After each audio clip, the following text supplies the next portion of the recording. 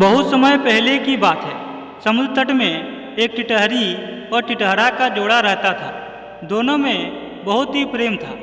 एक दिन रात्रि में अचानक समुद्र में ज्वार आने के कारण उसके घोंसले टूट गए, जिससे टिटहरी बहुत डर गई और अपने पति से कहने लगी कि मुझे डर लग रहा है। अपने पत्नी की बात सुनकर टिटहरा ने टिटहरी से कहा, तुम्हें डरने की कोई बात नहीं है। मैं तुम्हें एक ऐसी कहानी सुनाता हूँ जिससे ये रात भी गुजर जाएगी और तुम्हें डर भी नहीं लगेगा। तभी टिटहरा कहता है कि बहुत समय पहले एक गांव में एक भद्र पुरुष रहता था, जिसकी पत्नी बहुत सुंदर थी और वह भद्र पुरुष अपनी पत्नी से बेहद प्रेम करता था। इसी तरह से एक दिन भद्र पुरुष किसी काम से नगर से बाहर गया हुआ था।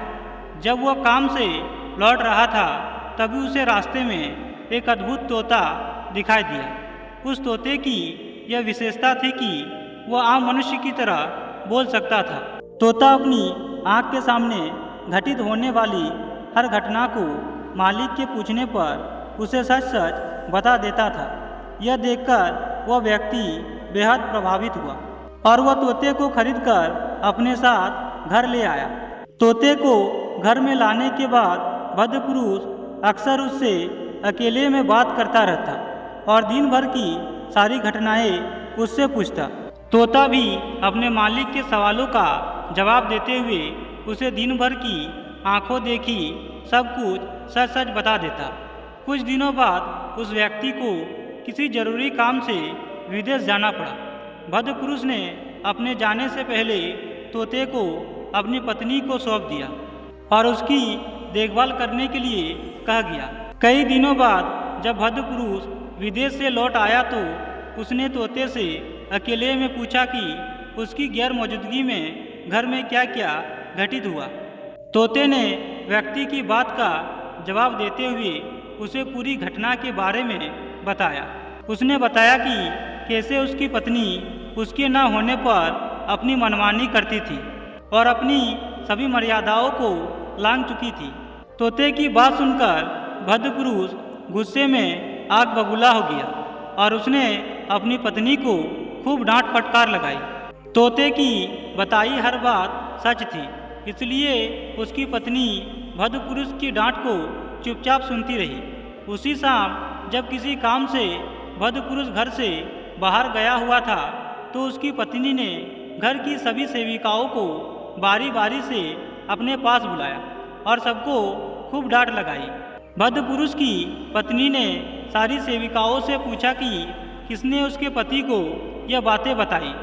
सभी सेविकाओं ने यह बात से इनकार कर दिया और अपनी बात को सच बताने के लिए कसमें खाने लगी। इसके बाद भद्र पुरुष के घर आने के बाद तोते ने व्यक्ति की पत्नी द्वारा सेविकाओं से किए गए व्यवहार की पूरी बात उसे बता दी, जिस पर उसने दोबारा अपनी पत्नी को खूब डांट फटकार लगाई।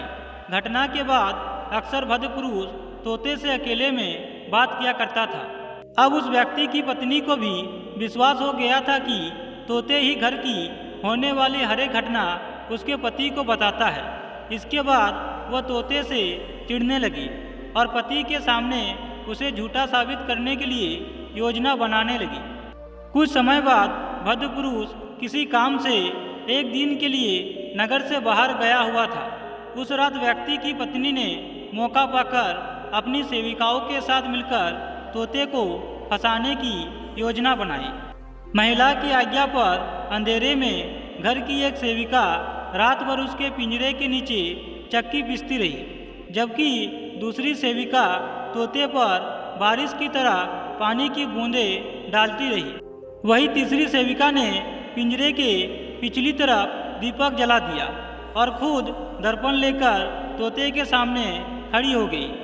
दर्पण पर पड़ने वाला दीपक का प्रकाश रह रहकर तोते की आंखों पर पड़ रहा था। इससे तोते को बिजली चमकने का एहसास हो रहा था।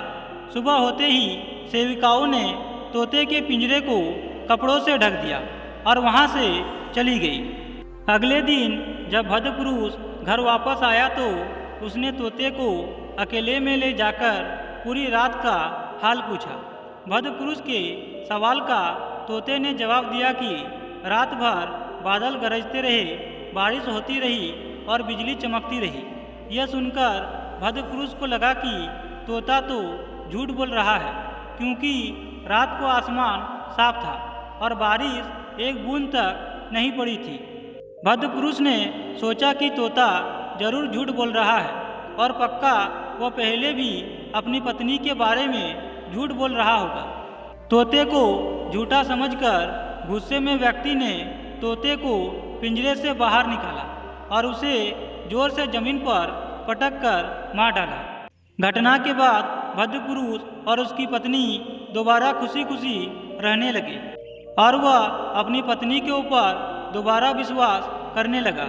वही उसकी पत्नी भी तोते के मरने के बाद निश्चिंत हो गई कि अब उसके पति को उसकी करतूतों के बारे में बताने वाला कोई नहीं है और अब उसे कुछ पता नहीं चल पाएगा। हालांकि उसकी पत्नी का यह फरेब अधिक दिनों तक नहीं चल पाया। उसके कारनामों के बारे में उसके पड़ोसी व गांव के अन्य लोग व्यक्ति को बताने लगे, जो कि तोते की कई बातों से मिलती जुलती थी। इसके बाद भद्र पुरुष को अपनी गलती का एहसास हुआ और वह पछताने लगा। इधर कहानी सुनने के बाद टिटहरा ने टिटहरी से कहा कि तोते का निर्दोष मरना बड़ी बात नहीं है और न ही उस स्त्री का चरित्रहीन होना, लेकिन जो बात मैं तुमको समझाना चाहता हूँ वह ध्यान देने योग्य है। मित्रों, कहा गया है कि मनुष्य को हमेशा अपनी गलती स्वीकार कर लेनी चाहिए। अपनी गलती को स्वीकार करने वाला व्यक्ति जीवन में हमेशा तरक्की करता है।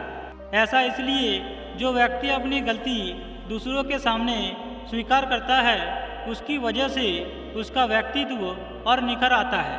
कई बार लोग ऐसी गलती कर जाते हैं कि उनसे उस गलती की उम्मीद ही नहीं होती है। कुछ लोग उस गलती को छिपाने में अपनी भलाई समझते हैं। अपनी गलती को स्वीकार करने से कोई भी व्यक्ति छोटा नहीं होता। ऐसा करने के लिए दिल और दिमाग दोनों से ही खुली सोच का होना चाहिए। कई बार लोग अपनी गलती इसलिए दूसरों के सामने नहीं स्वीकारते हैं कि सामने वाला उसके बारे में क्या सोचेंगे। हालांकि वह इस बात को भूल जाते हैं कि अपनी गलती को स्वीकार करने वाला व्यक्ति कभी भी छोटा नहीं होता। ऐसा करने से वो व्यक्ति यह दर्शाता है कि उसकी सोच कितनी साफ है। कहा गया है कि अपनी गलती को स्वीकारना झाड़ू लगाने के समान है, जो स्वयं को चमकदार और साफ कर देती है।